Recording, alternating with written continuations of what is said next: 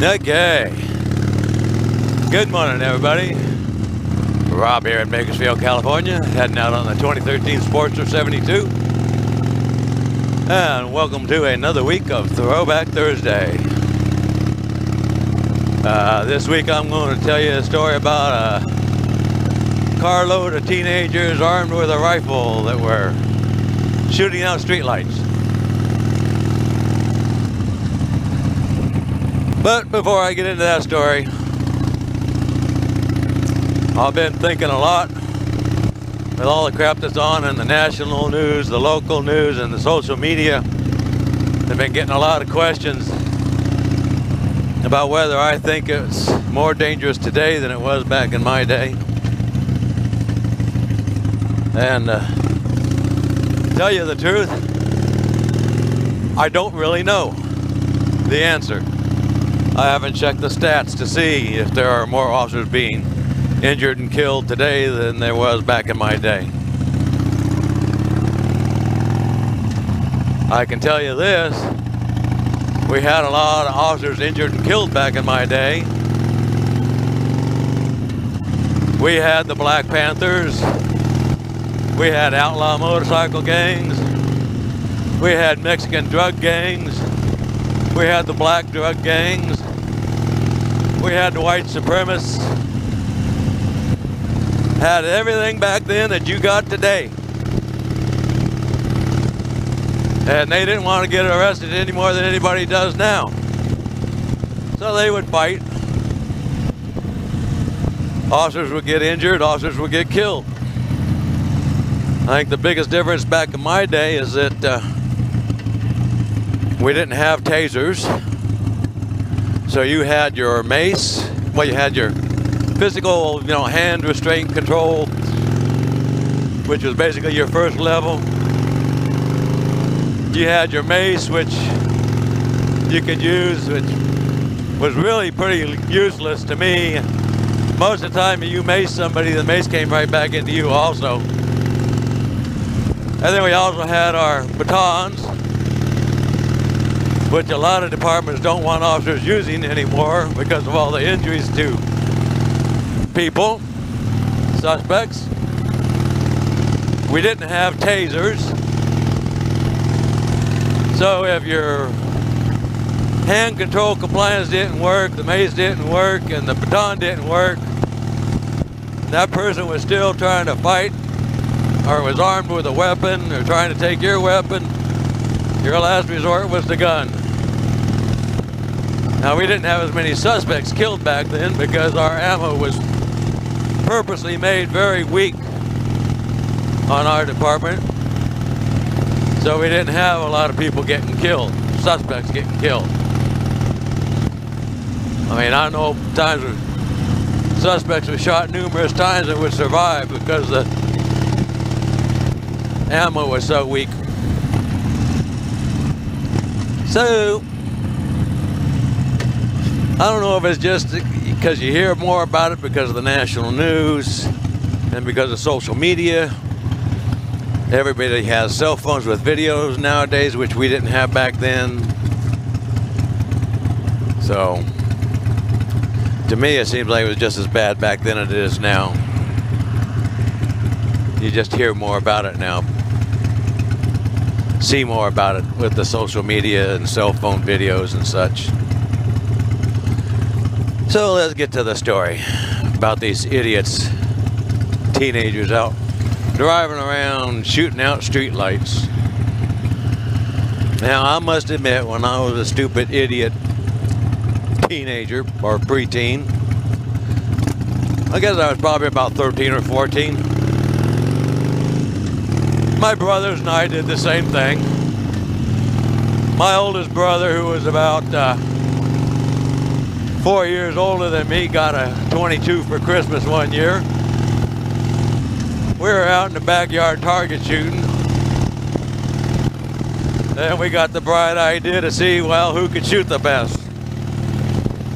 So we started shooting out streetlights, going down the freeway behind our house with that 22.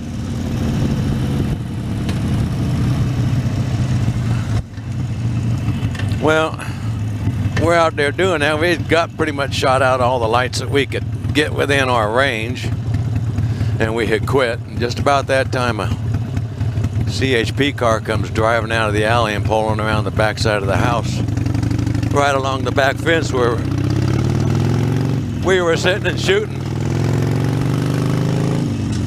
He didn't see us, we saw him, so we didn't get caught. But that right there was enough that we never did it again. So that was in the back of my mind when I got this radio call. And I was working Eastern Division, Beat 46 John, daytime shift,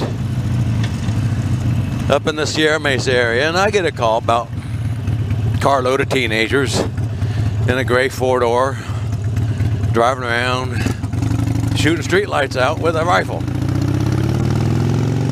Well, I'm up cruising around in the area where they were last reported seen. As I'm driving by one of the cul-de-sacs, I look down the cul-de-sac, and there's that gray four-door vehicle, carload of teenagers sitting there at the end, underneath a streetlight. I hit the brakes and back up, pull right down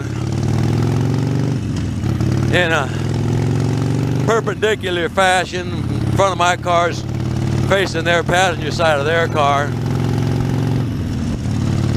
And I can see them all in there talking, and they got this scared look on their face. So I exit the vehicle. I'll walk over to their car. I can see the passenger fidgeting with something between his legs as I'm walking up. The driver goes, "Is there a problem, officer?" And I go, "Yeah, you guys fit the description I got on a call of kids were going around shooting out streetlights with a rifle. You guys got a rifle on you?" And the passenger goes, "Just this one." And he reaches down and pulls the rifle up and between his legs as I'm getting up to the car. Well, I can see the barrel coming up as I'm approaching the door, just as he's raising that up, because it was all occurring as I'm walking up to the car. So, I don't know if the idiot's going to point the gun at me or not, if I'm going to have to draw down on him or not. I'll have a split second to decide what the hell am I going to do. So I take 2 steps forward, reach in with my left hand, and I grab the barrel of that rifle just as he's bringing it up out and pointing it at me. I move the barrel of the rifle back away from me and jerk it right up out of his hands as my right hand goes down and rests on the butt of my gun. It was still snapped in the holster. Well, I pull the rifle up out of his hands and I go something to the effect of, "What the hell's the matter with you, dumb shit? Don't you know it's stupid to pull a gun on a cop?" You know, and he starts apologizing all heck. I asked him if they got any more weapons in the car, and they said no, that's the only one they got. And I asked him, "Well, you the idiots have been driving around shooting out streetlights?" And of course they say no, they weren't. And the streetlight they were sitting under had not been shot out yet. Well, to make a long story short, I contacted dispatch back. The reporting party did not want to be a witness, didn't want to come over and identify them as being the ones shooting out the lights. So I had no witnesses. And so all I had basically was 2 misdemeanors: discharging a weapon in the city limits and vandalism of shooting out the lights. And since the misdemeanors were not committed in my presence, I couldn't arrest them for it. But there was a law where I could confiscate their gun for 30 days, put a hold on it, and they'd have to explain themselves to get it back. Because back in those days, it was legal to drive around with a loaded weapon in plain sight. That was before they changed the laws here in California, and you can't do that anymore. But back in them days, you could. Anybody could run around with a gun in the car in plain sight or strapped on their side in plain sight.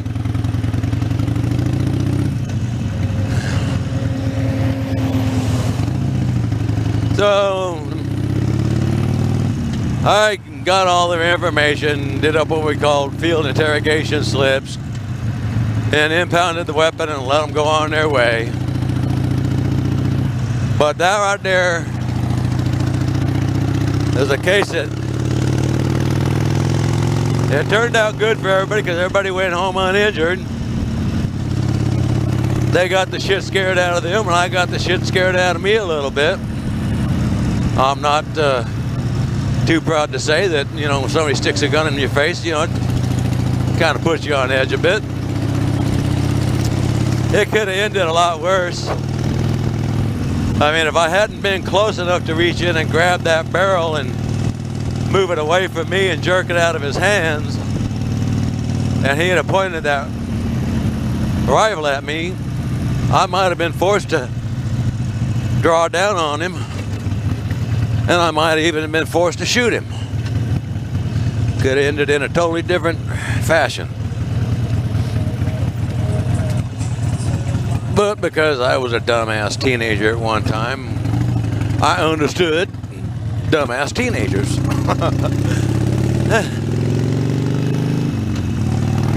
So that's why I handled it that way.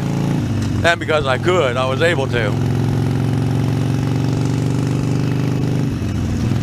So I just thought I'd throw that out there. That not every cop shoots every armed suspect that he comes across, even when you have the opportunity to.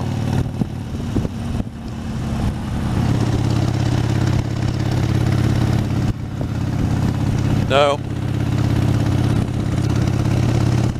I'm going to just let that sit right there, say goodbye,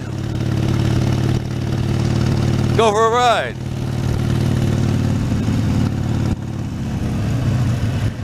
You guys all have a good week, rest of the week and a weekend, and I will see you next week on Throwback Thursday. Bye-bye.